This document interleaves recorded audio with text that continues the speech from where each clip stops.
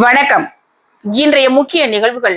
புதுச்சேரி கல்வித்துறையில் 20 ஆண்டுக்கு மேல் பணிபுரிந்த ரொட்டிப்பால் ஊழியர்களுக்கு உயர்த்தி அறிவிக்கப்பட்ட 18,000 ரூபாய்க்கான ஆணையை முதலமைச்சர் ரங்கசாமி வழங்கினார். மகிழ்ச்சியில் ரொட்டிப்பால் ஊழியர்கள் முதலமைச்சருக்கு பூங்கொத்து கொடுத்தும் கல்வி அமைச்சருக்கு மலர்களை தூக்கியும் நன்றி தெரிவித்தனர். புதுச்சேரி சட்டப்பேரவையில் கூட்டத்தொடர் நிகழ்வு. பேரவை பார்வையாளர் அரங்கில் அமர்ந்து ரசித்த காரைக்கால் அரசு பள்ளி மாணவர்கள். வில்லியனூரில் 30 ஆதி திராவிட பயனாளிகளுக்கு நிதி உதவி எதிர்க்கட்சி தலைவர் இரா சிவா வழங்கினார். இனி விரிவான நிகழ்வுகள். புதுச்சேரி சட்டசபையில் உள்ள முதலமைச்சர் அலுவலகத்தில் முதலமைச்சர் ரங்கசாமி, கல்வித்துறை அமைச்சர் நமச்சிவாயம் ஆகியோர் ரொட்டிப்பால் ஊழியர்கள் 917 பேருக்கு சம்பள உயர்வு ஆணையை வழங்கினர். புதுச்சேரி பள்ளி கல்வித்துறையில் சுமார் 20 ஆண்டுகளுக்கு மேல் பணிபுரியும் ரொட்டிப்பால் ஊழியர்கள் அரசு பள்ளியில் பால் காய்ச்சி மாணவர்களுக்கு வழங்கும் வேலை செய்து வருகின்றனர். 10,000 ரூபாய் சம்பளம் பெற்று வந்த நிலையில் கடந்த வருடம் இவர்களுக்கு 18,000 ரூபாய் சம்பளம் உயர்த்தி வழங்கப்படும் என முதலமைச்சர் மற்றும் கல்வித்துறை அமைச்சர் ஆகியோர் சட்டசபையில் அறிவித்தனர். ஆனால் இதுவரை உயர்த்தி வழங்கப்படவில்லை. மேலும் கடந்த 20 வருடங்களாக ஊழியர்கள் தொடர் கோரிக்கை வைத்தும் போராட்டங்களில் ஈடுபட்டும் வருகின்றனர். இந்நிலையில் இன்று சட்டசபையில் முதலமைச்சர் ரங்கசாமி மற்றும் கல்வித்துறை அமைச்சர் நமச்சிவாயம் ஆகியோர் முதலமைச்சர் அலுவலகத்தில் சம்பள உயர்வு ஆணையை 917 ஊழியர்களுக்கு வழங்கினர். மேலும் ஊழியர்கள் மகிழ்ச்சியில் முதலமைச்சருக்கு பூங்கொத்து கொடுத்து நன்றி தெரிவித்தனர். அதனைத் தொடர்ந்து அமைச்சர் நமச்சிவாயத்திற்கும் கைகுலுக்கி இனிப்புகள் வழங்கியும் மலர் தூவியும் நன்றிகளை தெரிவித்துக் கொண்டனர். சென்ற ஆண்டு முதல் அது 10,000ஆக மாண்புமிகு முதலமைச்சர் அவர்களால் உயர்த்தி அறிவிக்கப்பட்டு கடந்த சட்டசபையிலே மாண்புமிகு முதலமைச்சர் அவர்கள் பொதுப்பணித்துறை ஊழியர்களுக்கும் ரொட்டிப்பால் ஊழியர்களுக்கும் 10,000 ரூபாயை 18,000 ரூபாயாக உயர்த்தி வழங்கப்படும் என்று அறிவித்திருந்தார்கள். அதற்கான அந்த அறிவிப்பு ஆணை, அரசாணையானது இன்றைக்கு கல்வித்துறையின் சார்பாக மாண்புமிகு முதல்வர் அவர்கள் குடிக்கரங்களால் அந்த ஊழியர்களுக்கு வழங்கப்பட்டிருக்கின்றது. மிகவும் ஒரு மகிழ்ச்சியான விஷயம். புதுச்சேரி சட்டப்பேரவை கூட்டத்தொடர் நிகழ்வை காரைக்கால் அரசு பள்ளி மாணவர்கள் பேரவை பார்வையாளர் அரங்கில் அமர்ந்து ரசித்தனர். புதுச்சேரி மாநிலம் காரைக்கால் பிராந்தியம் நிரவி பகுதியில் உள்ள அரசு பாரதிதாசன் அரசு நடுநிலைப்பள்ளி மாணவர்கள் 54 பேர் ஆசிரியர்களுடன் இன்று புதுச்சேரி சட்டப்பேரவை நிகழ்வை காண வந்தனர். அந்த மாணவர்கள் சட்டப்பேரவை பார்வையாளர் அரங்கில் அமர்ந்து சுமார் 30 நிமிடங்களுக்கு மேலாக சட்டப்பேரவை கூட்டத்தொடர் நிகழ்வை பார்வையிட்டு மகிழ்ந்தனர். இந்த மாணவர்களுக்கு பேரவையில் சபாநாயகர் உள்ளிட்ட உறுப்பினர்கள் சார்பில் வாழ்த்து தெரிவிக்கப்பட்டது. புதுச்சேரி அண்ணா நகர் 13வது குறுக்கு தெருவில் ஆன் அகாடமியின் நீட் ஜேஇஇ போட்டித் தேர்வுக்கான புதிய மையம் திறப்பு விழா நடைபெற்றது. புதுச்சேரி அண்ணா நகர் 13வது குறுக்கு தெருவில் ஆன் அகாடமி நீட் ஜேஇஇ போட்டித் தேர்வுக்கான புதிய பயிற்சி மைய திறப்பு விழா நடைபெற்றது. விழாவில் புதுச்சேரி முதலமைச்சர் ரங்கசாமி கலந்து கொண்டு போட்டித் தேர்வுக்கான மையத்தை திறந்து வைத்தார். கல்வி அமைச்சர் நமச்சிவாயம் முன்னிலை வகித்தார். மேலும் நெல்லித்தோப்பு சட்டமன்ற உறுப்பினர் ரிச்சர்ட் கலந்து கொண்டார். ஆன் அகாடமியின் சென்னை மண்டல தலைவர் கிருஷ்ணா, நீட் தேர்விற்கான இந்தியாவின் தலை சிறந்த கல்வியாளர் வாசிம் அகமது பத் ஆகியோரும் கலந்து கொண்டனர். விழாவில் புதுச்சேரி நகரம் மற்றும் கிராம பகுதியை சேர்ந்த 300க்கும் மேற்பட்ட மாணவர்கள், பெற்றோர்கள் உட்பட பலர் கலந்து கொண்டனர். சென்னை மண்டல தலைவர் கிருஷ்ணா கூறுகையில், இந்தியா அளவில் 50க்கும் மேற்பட்ட நகரங்களில் 75க்கும் மேற்பட்ட நம்பகத்தன்மை கொண்ட கோச்சிங் சென்டர்களையும் இந்தியாவின் பரந்த கற்றல் தளங்களையும் கொண்டுள்ள ஆன் அகாடமியின் போட்டித் தேர்வுக்கான புதிய பயிற்சி மையம் புதுச்சேரி அண்ணா நகர் 13வது குறுக்கு தெருவில் திறக்கப்பட்டுள்ளது. இதனை மாணவர்கள் அனைவரும் தவறாமல் பயன்படுத்திக் கொள்ளும்படி கேட்டுக்கொண்டார். பாண்டிச்சேரியில அண்ணா அகாடமி லான்ச் ஆயிருக்கு. இந்தியாஸோட best largest NEET coaching centre, IIT coaching centre பாண்டிச்சேரியில இருந்து ஓபன் பண்ணியிருக்காங்க. அண்ணா அகாடமி நமக்கு பாண்டிச்சேரியில் வந்திருக்கிறது பார்த்தீங்கன்னா பிரைவேட் ஸ்கூல் ஸ்டூடெண்ட்ஸ்க்கும் கவர்மெண்ட் ஸ்கூல் ஸ்டூடெண்ட்ஸ்க்கும் இதை சுற்றி இருக்கிற cluster area like Tindivanam, Villupuram, Cuddalore, மற்ற நியர்பை இருக்கிற சிட்டிஸில் இருக்கிற ஸ்டூடெண்ட்ஸ்க்கும் ரொம்ப யூஸ்ஃபுல்லாக இருக்கும். 25 செஷன் 1ல ஆல்மோஸ்ட் 920 பீப்புள் மோர் தென் 99% ஸ்கோர் பண்ணியிருக்காங்க. இது ஒரு பெரிய அச்சீவ்மெண்ட். அண்ணா அகாடமிலேருந்து வந்திருக்கு. இந்த அண்ணா அகாடமி சென்டர் லைக் பாண்டிச்சேரியில் ஸ்டார்ட் பண்ணியிருக்கோம். அண்ணா அகாடமியோட 2024 அச்சீவ்மெண்ட்ஸ் ஜேஇயில் 11,000+ ஸ்டூடெண்ட்ஸ் லேர்னர்ஸ் குவாலிஃபை ஆயிருக்காங்க. 10,000 லேர்னர்ஸ் வந்து டாப் 100 வந்திருக்கிறாங்க. 5 ஸ்டேட் டாப்பர்ஸ் கொடுத்துருக்காங்க an academy. All India ranking கொடுத்துருக்காங்க. நீட்ல வந்து பார்த்தீங்கன்னா 28,500 ப்ளஸ் லேர்னர்ஸ் வந்து குவாலிஃபை ஆகிருக்கிறாங்க. புதுச்சேரி அரசுக்கு சொந்தமான இடங்களை திரைப்பட இயக்குனர் விக்னேஷ் சிவன் விலைக்கு கேட்டது சம்பந்தமாக புதுச்சேரி சட்டப்பேரவையில் காரசாரமான விவாதம் நடைபெற்றது. புதுச்சேரியில் பட்ஜெட் கூட்டத்தொடர் கடந்த 10ஆம் தேதி ஆளுநர் உரையுடன் தொடங்கி நடைபெற்று வருகிறது.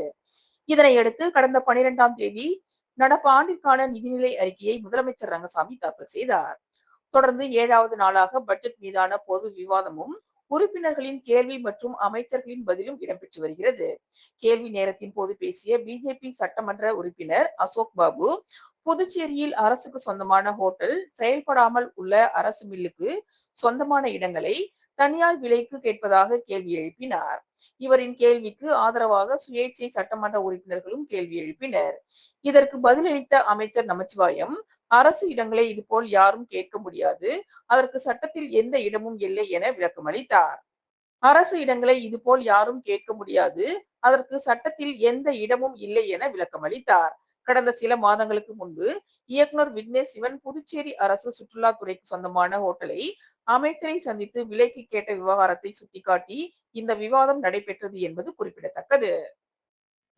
இன்றைய தினம் புதுச்சேரி சட்டமன்றத்தில் கேள்வி நேரத்தில் ஏஎஃப்டி பாரதி சுதேசி மில்லுக்கு சொந்தமான இடங்களில் ஐடி பார்க்கு மற்றும் டெக்ஸ்டைல் பார்க்கு அமைக்கும் திட்டம் அரசிடம் உள்ளதா என்ற கேள்வியை நானும் மதிப்புமிகு உறுப்பினர் வெங்கடேசன் அவர்களும் வைத்திருந்தோம். அந்த கேள்விக்கு மாண்புமிகு தொழில்துறை அமைச்சர் அவர்கள் ஐடி பார்க்கும் ஜவுளி பார்க்கும் திறக்கக்கூடிய எண்ணம் அரசுக்கு உள்ளது, அதை நாங்கள் துரிதமாக செய்வோம் என்று கூறினார். நான் அதிலே துணை கேள்வியை கேட்கும்போது காலதாமதம் இல்லாமல் அதை துரிதமாக செய்யுங்கள், ஏனென்று சொன்னால் புதுச்சேரி மாநிலத்திற்கு பல தனியார் நபர்கள் படையெடுத்து வந்து அரசாங்கத்துக்கு சொந்தமான இடத்தை தங்களுக்கு அளிக்கும்படியும் தாங்கள் ஏதோ நிவாரணம் அளிக்கப் போவதாகவும் சமீப காலமாக தெரிவித்து கொண்டு வருகிறார்கள். ஆகவே அதற்கு ஒரு முற்றுப்புள்ளி வைக்க வேண்டும். மக்களுக்கு தேவையில்லாமல் ஒரு குழப்பத்தை உருவாக்குகிறார்கள். ஆகவே அரசு இதில் தலையிட்டு துரிதமாக ஐடி பார்க்கும் தொழில் பூங்காவும் அமைக்க வேண்டும் என்று இன்றைக்கு நான் சட்டமன்றத்திலே இன்றைக்கு எடுத்துரைத்தேன்.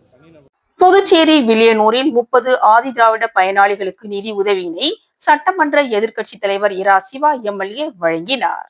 புதுச்சேரி அரசு ஆதி திராவிடர் நலம் மற்றும் பழங்குடியினர் நலத்துறை மூலம் வில்லியனூர் தொகுதியை சேர்ந்த கருவுற்ற மற்றும் பாலூட்டும் தாய்மார்களுக்கு நிதி உதவி வழங்கும் திட்டத்தின் கீழ் சுமார் 30 நபர்களுக்கு 4,60,000 ரூபாய் தொகையை 18,000 மற்றும் 13,000 வீதம் அவரவர் வங்கி கணக்கில் செலுத்துவதற்கான ஆணையை வில்லியனூர் தொகுதி சட்டமன்ற அலுவலகத்தில் தொகுதியின் சட்டமன்ற உறுப்பினரும் மாநில எதிர்க்கட்சி தலைவருமான இரா சிவா அவர்கள் பயனாளிகளுக்கு வழங்கினார்.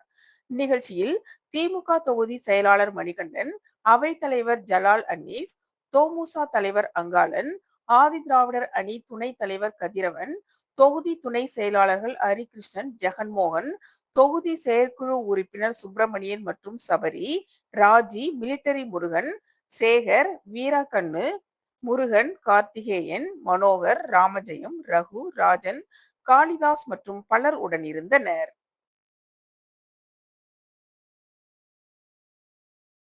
ஊசுடு தொகுதி ராமநாதபுரத்தில் யூ வடிவ கழிவுநீர் வாய்க்கால் அமைப்பதற்கான பணிகளை அமைச்சர் சாய் ஜே சரவணகுமார் பூஜை செய்து தொடங்கி வைத்தார். புதுச்சேரி மாநிலம் ஊசுடு சட்டமன்ற தொகுதிக்குட்பட்ட ராமநாதபுரத்தில் உள்ள டேங்குகளில் இருந்து தண்ணீர் வெளியேறும் பகுதிக்கு ரூபாய் 15 லட்சம் மதிப்பீட்டில் யூ வடிவ வாய்க்கால் அமைப்பதற்கு தொகுதியின் சட்டமன்ற உறுப்பினரும் ஆதி திராவிட நலத்துறை அமைச்சருமான சாய் ஜே சரவணகுமார் முயற்சியில் வில்லியனூர் கொம்யூன் பஞ்சாயத்து மூலம் அரசாணை பெற்று இன்று அதற்கான பூமி பூஜை நிகழ்ச்சி நடைபெற்றது. இதில் அமைச்சர் சாய் ஜே சரவணகுமார் கலந்து கொண்டு விழாவிற்கு தலைமை தாங்கி பூமி பூஜை செய்து பணிகளை தொடங்கி வைத்தார். இந்நிகழ்ச்சியில் இளநிலை பொறியாளர் பிரதீப் குமார், பாஜக ஊசுடு தொகுதி ஒருங்கிணைப்பாளர் சாய் தியாகராஜன், தொகுதி தலைவர் முத்தாலு முரளி, கிளை தலைவர்கள் பெரியசாமி, கூட்டணி கட்சி நிர்வாகிகள் பாமக ரமேஷ், ஐயப்பன், பாஜக தொகுதி நிர்வாகிகள் உலகு, மல்லிகா, ஊசுடு சாலை மற்றும் குடிநீர் பொறுப்பாளர் கருணாகரன் உள்ளிட்ட பொதுமக்கள் ஏராளமானோர் கலந்து கொண்டனர். இந்த பணிக்கான பூமி பூஜை நிகழ்ச்சி நடைபெறுவதற்கு முதல் நாள் அமைச்சரின் அறிவுறுத்தலின்படி ஊடக பிரிவு மூலம் ராமநாதபுரத்தில் கடந்த 4 ஆண்டுகளில் நடைபெற்ற வளர்ச்சி பணிகளின் விவரங்களை துண்டு பிரசுரங்களால் தயார் செய்யப்பட்டு அனைத்து இல்லங்களுக்கும் வெற்றிலை பாக்கு, வாழைப்பழம், துண்டு பிரசுரம் வழங்கி பொதுமக்களுக்கு அழைப்பு கொடுக்கப்பட்டது என்பது குறிப்பிடத்தக்கது.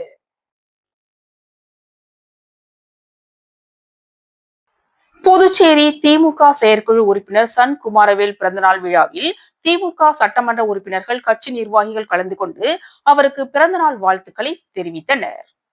புதுச்சேரி திராவிட முன்னேற்ற கழகத்தின் மாநில தலைமை செயற்குழு உறுப்பினர் சன் குமாரவேல் பிறந்தநாளை கொண்டாடும் வகையில் வில்லியனூர் ரமேஷ் திரையரங்கம் அருகே ஏற்பாடு செய்யப்பட்டிருந்த விழாவில் புதுச்சேரி திமுக அவைத்தலைவர் SP சிவக்குமார், புதுச்சேரி திராவிட முன்னேற்ற கழகத்தின் மாநில அமைப்பாளரும் சட்டப்பேரவையின் எதிர்க்கட்சி தலைவருமான சிவா MLA மற்றும் திமுக சட்டமன்ற உறுப்பினர்கள் கென்னடி, சம்பத், செந்தில்குமார் ஆகியோர் முன்னிலையில் கேக் வெட்டி பிறந்தநாள் வெகு சிறப்பாக கொண்டாடப்பட்டது.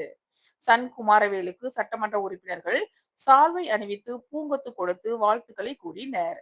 அதனைத் தொடர்ந்து பொதுமக்களுக்கு தென்னங்கன்று மற்றும் 1000 நபர்களுக்கு புடவைகள், சுமார் 2000 பேருக்கு மதிய உணவு வழங்கப்பட்டது.